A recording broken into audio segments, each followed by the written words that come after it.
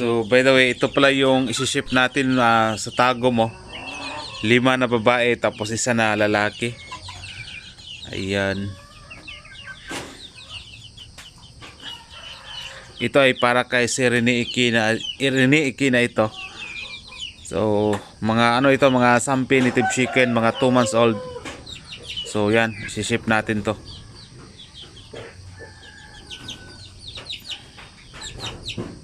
Yan o.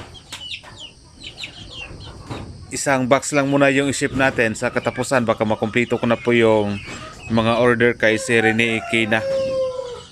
Okay. Ini laki. Dako kay ba? Kalaway po. Sige.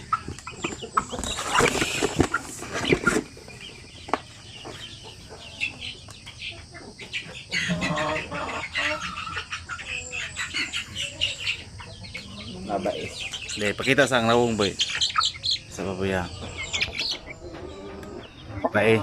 Sige. Uno man na? Oh. Dapat ang isa diha. Talo. Tapos ang isa dire. Buwan na lang tayo. Kana sa iyang pagkanya. Nara ko dire. Sige gini boy kaya humigas. Nga takot na ipakita na boy. Babae. Sobra 2 months na gid ni. Sige. Kita sa. Bayi oh. Pila ka bayi ni? Kon, last na rin sila. So ito babae oh. Wala ni mga sakit boy no. Ipanilig lang niya boy ha. Sige dyan. Sige. A few moments later.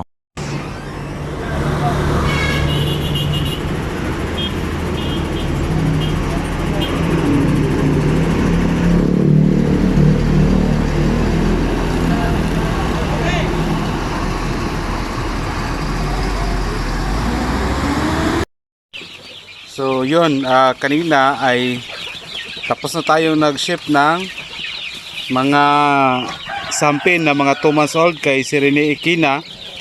So sa mga katapusan meron naman tayong i-ship, pero hindi ito sila. Yung iba na nandoon sa kulungan pwede natin i-ship yung katapusan. Tama-tama mag 2 months na.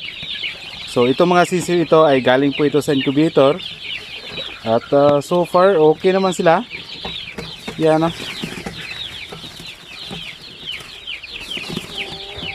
buhay naman lahat halos. May namamatay rin pero hindi gaano sila kadami namamatay. Ayan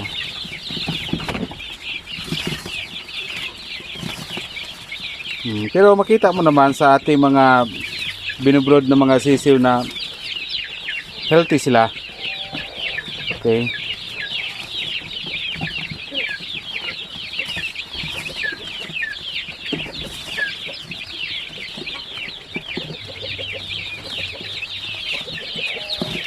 So sa susunod baka may Cebu pa at saka Dipolog yung ship natin ng Basilan sa Dipolog tapos Sampin sa Cebu.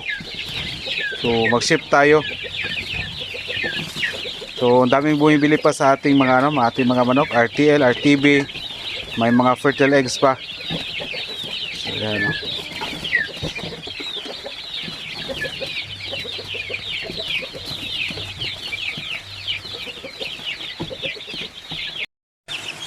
So ito na po yung mga sisiw na galing sa incubator.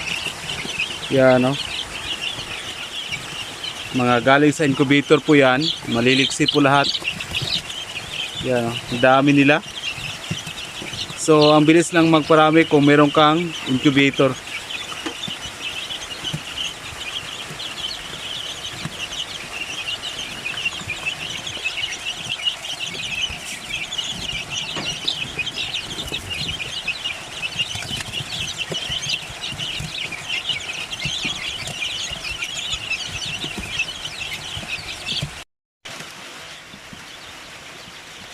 So ito din po, galing na ito sa incubator. Hindi katulad nung napadala natin ngayon sa Tagom na palimlim pa yon, natural hatch. So, ngayon ako gumagamit ng incubator. So, okay pala.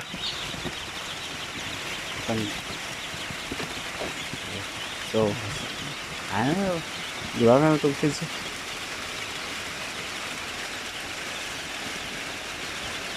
Ako rin bahala. Ang isa. Pwede na. Duha na siguro ba? Okay.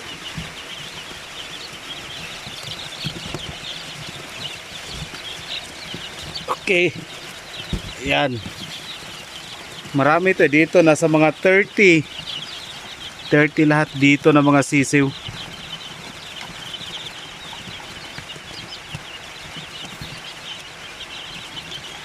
Tapos ngayon meron tayong bagong hats na mga sampin din at saka basilan.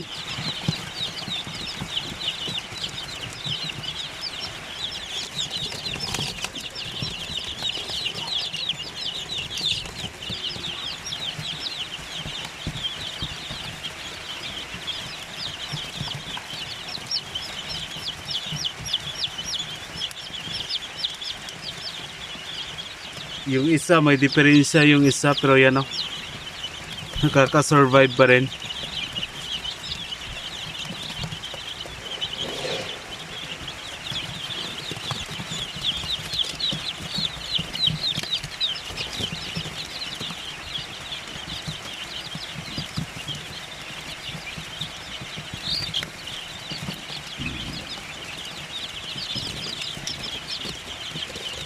Ganito lang kasi yung ating brooder, talagang simple lang. Pero so far yung pag-brood natin sa ating mga sisiw, yan o. Malusog naman sila. Buhay naman. Yan o.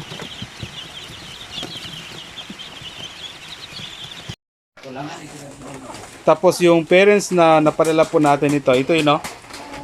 Yung napadala natin ngayon sa Tagum na ship natin, ito yung mga parents ng mga sampin. So ito yon ay nakikita na siguro ninyo ito.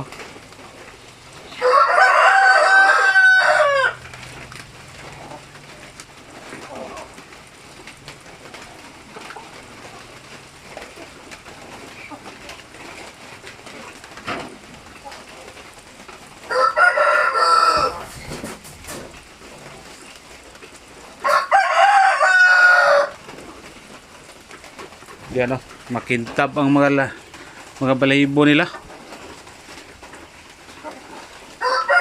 Maganda rin ang sampin kasi malakas silang mangitlog at hindi mapili sa pagkain. Kaya ito yung mga manok na bala kong paramihin dito.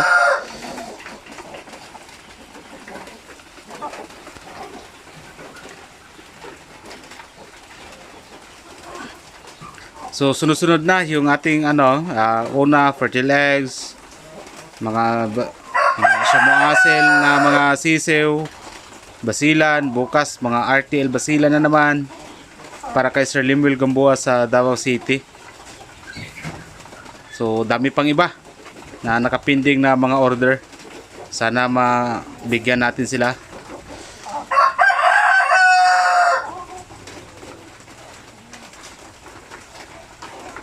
Tingnan mo, may halong pagkain yan pero yan o.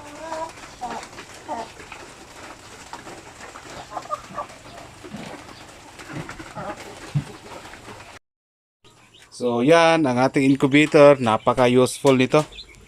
Yan, may bago tayong mga hats. Ang dami nila, bukas marami pa to. Yan o, may bago pa. Kinukuha ko kasi yung mga eggshells nito. Yan, once may mapipisa. Yan. Meron pa isa doon, no? Hindi natin makuha. So yan, may bagong sisiw na naman.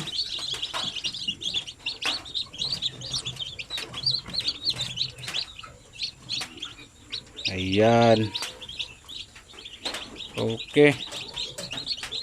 Hi. So, ang nakapagbigay sa atin ng saya every time na tulad ganyan may bagong hats, marami pa. Napakalusog pa yung ating mga sisiw. Yun ang magbigay sa atin ng saya. Ayan. Sampin, basilan, ganyan. Doon, mga sampin yun.